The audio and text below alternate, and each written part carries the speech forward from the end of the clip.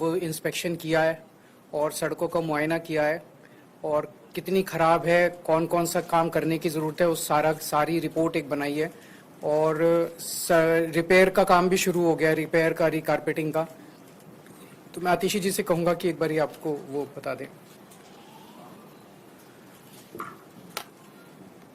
जैसा कि आप सब जानते हैं कि भारतीय जनता पार्टी की केंद्र सरकार ने आम आदमी पार्टी के खिलाफ, हमारे मुखिया अरविंद केजरीवाल जी के खिलाफ षड्यंत्र रचकर एक झूठे केस में फंसाकर अरविंद केजरीवाल जी को 6 महीने तक जेल में रखा।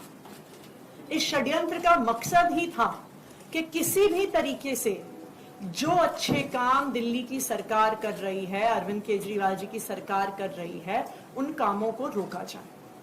और हमने देखा कि किस तरह पिछले 6 महीने से दिल्ली के आम लोगों के डे टू डे कामों को रोका गया।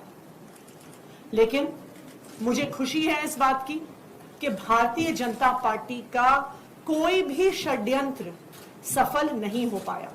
सुप्रीम कोर्ट ने हमारे मुखिया अरविंद केजरीवाल जी को जमानत दी, बहुत स्ट्रॉन्ग टर्म्स में केंद्र सरकार को लताड़ा। अरविंद जी के बेल पे बाहर आने के बाद वो और हम इंस्पेक्शन करने के लिए पीडब्ल्यूडी की कई सड़कों पे गए थे। मुझे उन्होंने एक पत्र भी दिया दिल्ली विधानसभा में पीडब्ल्यूडी की सड़कों की रिपेयर मेंटेनेंस को लेके। उसके बाद से दिल्ली की सरकार तुरंत प्रभाव से युद्ध स्तर पर पीडब्ल्यूडी की सड़कों को ठीक करने का काम कर रही है। एक ऑल मिनिस्टर्स मीटिंग बुलाई गई, जिसके बाद दिल्ली सरकार के सारे मंत्री, सारे विधायकों ने, पीडब्ल्यूडी के सारे इंजीनियर्स ने 1 हफ्ते के समय में दिल्ली की सारी पीडब्ल्यूडी की सड़कों का मुआयना किया। पीडब्ल्यूडी के पास दिल्ली की 1400 किलोमीटर की सड़कें हैं और कुल मिला के 60,000 किलोमीटर का लेन लेंथ इन सड़कों का है।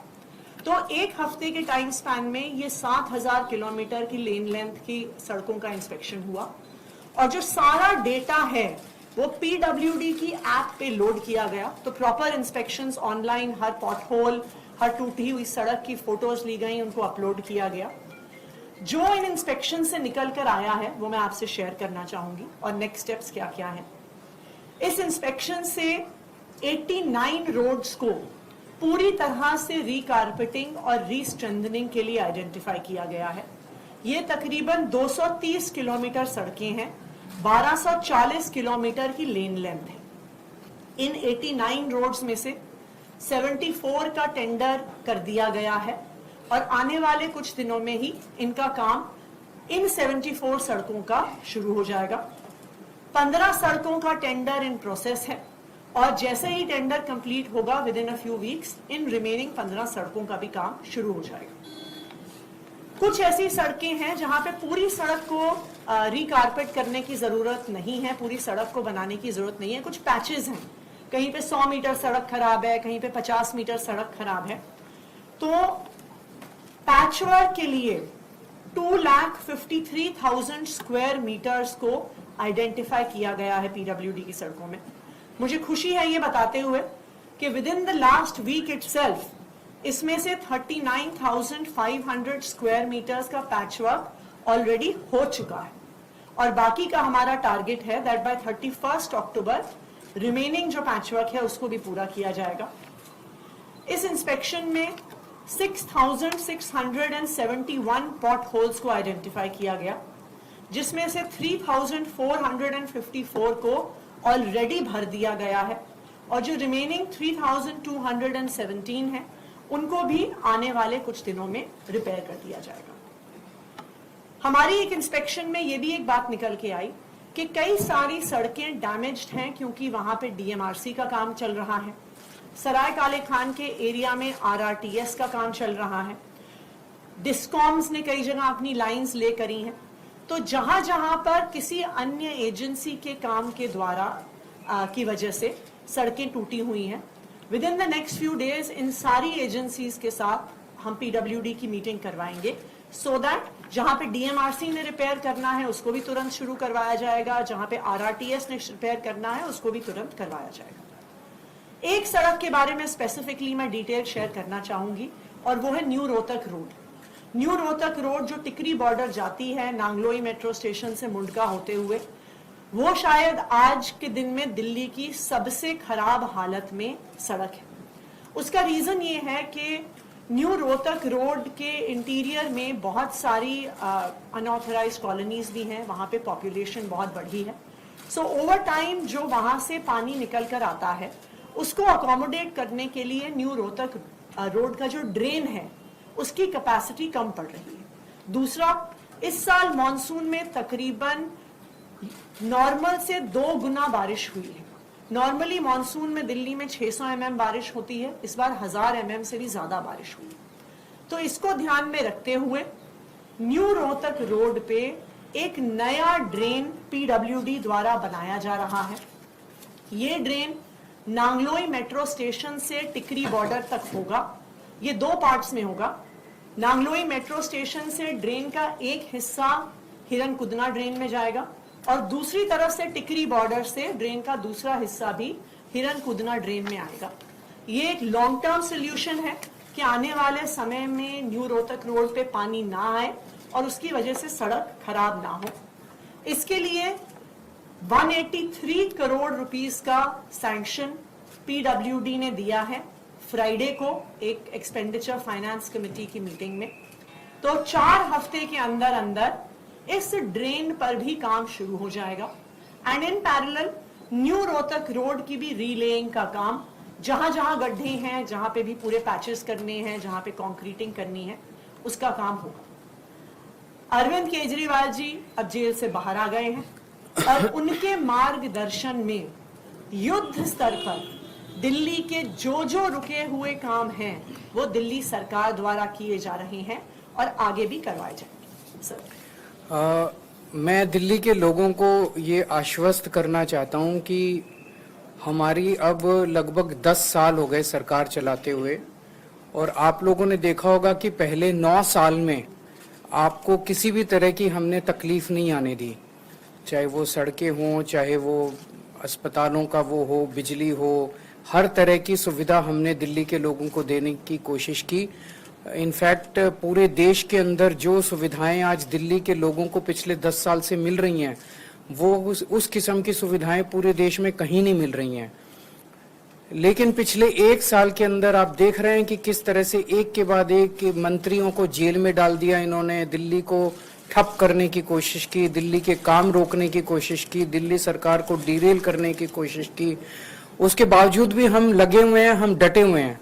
अब मैं बाहर आ गया हूं और जितने भी रुके हुए काम थे और जो तकलीफें और समस्याएं लोगों को हैं, मैं उनको आश्वस्त करना चाहता हूं, उन सब की तरफ हम लोग अब ध्यान दे रहे हैं और आपकी समस्याओं का निवारण करना हमारा फर्ज है।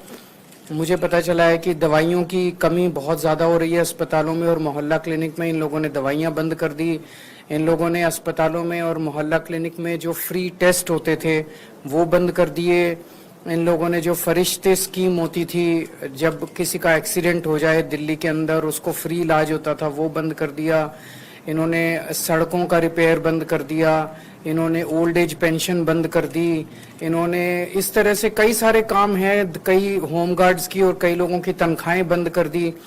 वो सारे कामों पे अब हम लग गए हैं। जो दिक्कतें जो काम बंद किए गए, आतिशी जी से मैंने कहा है ये हमारी सरकार उन सारे कामों को चालू कराएगी और जो समस्याएं लोगों को हुई इसकी वजह से वो अब समस्याओं का निवारण करने की कोशिश करेंगे। आज एक और रेड हुई है, आप ही के आम आदमी पार्टी के सांसद है राज्यसभा के, उनके ऊपर ईडी की रेड हुई है। ये समझ नहीं आ रहा, मतलब ऐसे ये कोई भ्रष्टाचार के खिलाफ तो जांच चल नहीं रही। जाहिर तौर पे इन्होंने मेरे को गिरफ्तार कर लिया, इन्होंने संजय सिंह को गिरफ्तार कर लिया, इन्होंने मनीष सिसोदिया को गिरफ्तार कर लिया, इन्होंने सत्येंद्र जैन को गिरफ्तार कर लिया, इन्होंने विजय नायर को गिरफ्तार कर लिया, इन्होंने विभव को गिरफ्तार कर लिया, इन्होंने आज संजीव अरोड़ा के ऊपर ईडी की रेड कर दी। तो ये कोई भ्रष्टाचार के खिलाफ जांच थोड़ी चल रही है। ये तो ऐसे लग रहा है जैसे प्रधानमंत्री जी एक पार्टी के पीछे पड़ गए हैं बुरी तरह से, और जितनी उनके पास ताकत है, एजेंसीज हैं, रिसोर्सेज हैं, सारे के सारे रिसोर्सेज एक पार्टी को और उसके नेताओं को खत्म करने के ऊपर लगा दिए हैं। लेकिन हमारे साथ भगवान है, हमारे साथ शक्ति है, तो हमने कोई गलत काम नहीं किया तो हम किस बात से डरेंगे।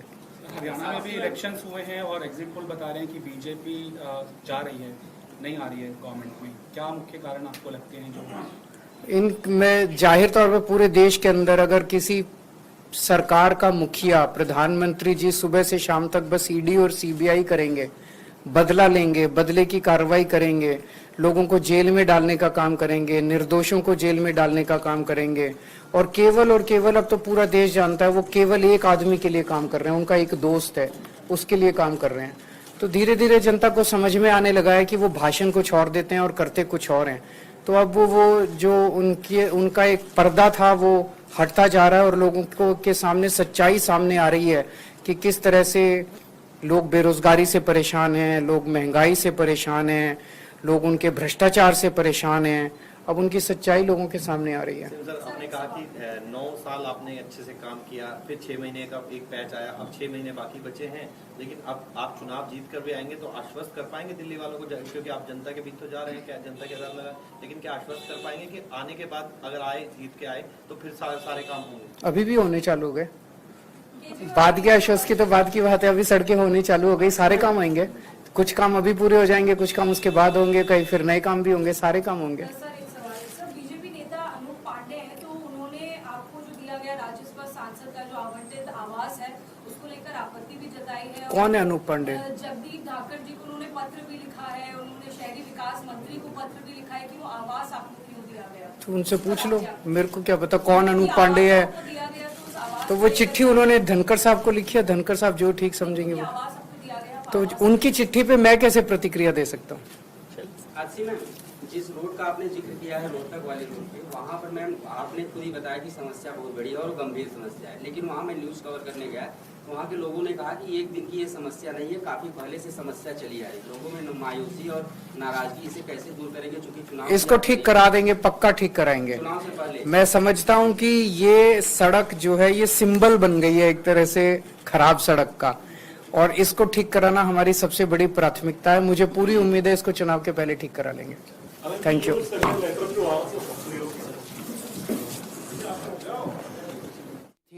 जब किसी का एक्सीडेंट हो जाए,